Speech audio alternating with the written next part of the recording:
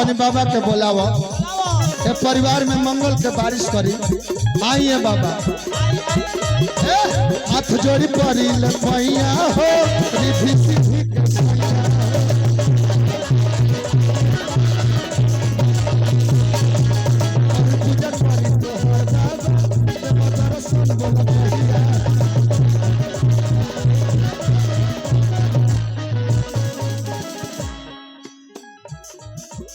महेश भैया हैं इन्हीं मिल जाता ना ये महाराज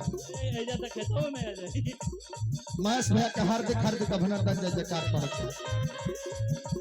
हाथ जोड़ी पड़ी लखैया हो रिधि सिद्धि के सैया हो बोल पूजा करी तोहार बाबा देव दर्शन बोल कहिया हो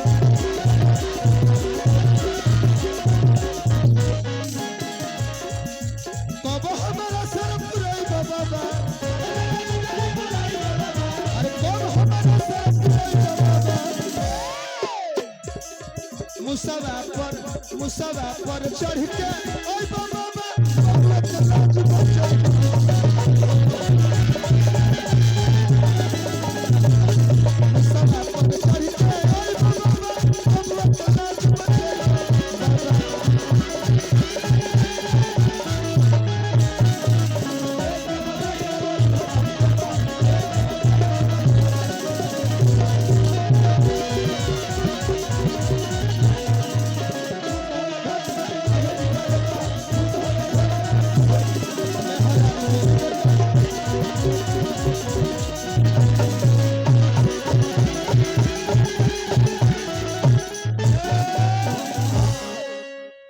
मुखिया के गुण सीखे के बाद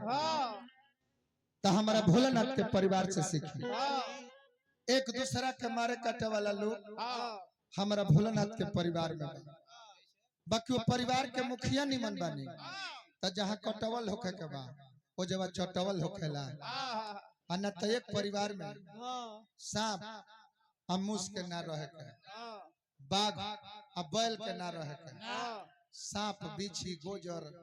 सब एक ही संगे बाड़े मनोज भैया को कविये के कहल है जब प्रेम के कुकुर काटता है तो आदमी आदमी को चाटता है दिमागवा चाटता है दिमागवे ना प्रेमी के हर वस्तु से प्रेम हो जाला चाहे वो चप्पल होखो चाहे सैंडल होखो महेश भैया एकदम राजा होकर राज लुटावत रही हार्दिक हार्दिक अभिनंदन जय जयकार करो हाँ इनका को उठा के दिहल जाए हाँ एक दिन मजनू घूमत रहले और रास्ता में लैला के कुत्ता मिल गई अच्छा वो कुकुरा के उठा के लगल चुमे चाटे लोग कहल के मजनू पगला गइल बड़ा ई कुत्ता ह एकरा के चुमा तर चाटे तर ना फेकबो छोड़ा के टंगरिया में गु लगल मजनू कहले कि हम नहीं पगलाई रउआ सब बानी ये कुत्ता हवन त का हो ये हमरा लैला के कुत्ता हवन इनका के चाटत त बुझाता के अपना लैलावा के चाटत इतना प्रेम होला है बाबा बुझाइबे ना करला कि काट में जाता नहीं कि पहाड़ में जाता गलती कहता नहीं शुद्ध रूप से मने प्यार अंधा होता है कहे के मने है अंधा होता है हां प्यार अंधा होता है एहो मेरा दुकान है बे जुटल वाला अच्छा दुगो व्यास बिना के एगो अखिए बे बस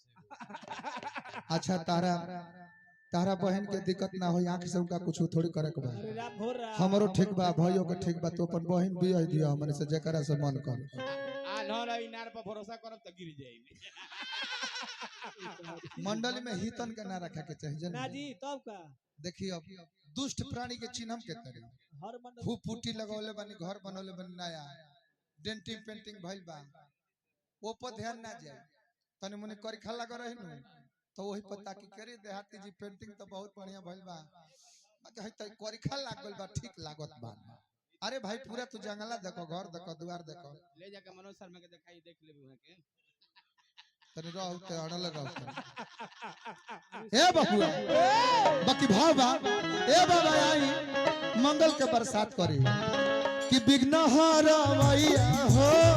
मंगल के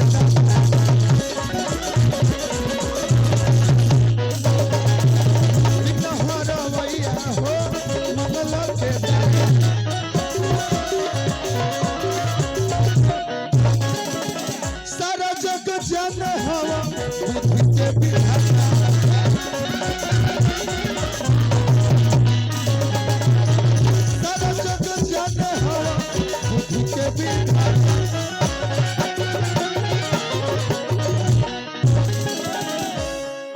नैया के पार लगाई बाबा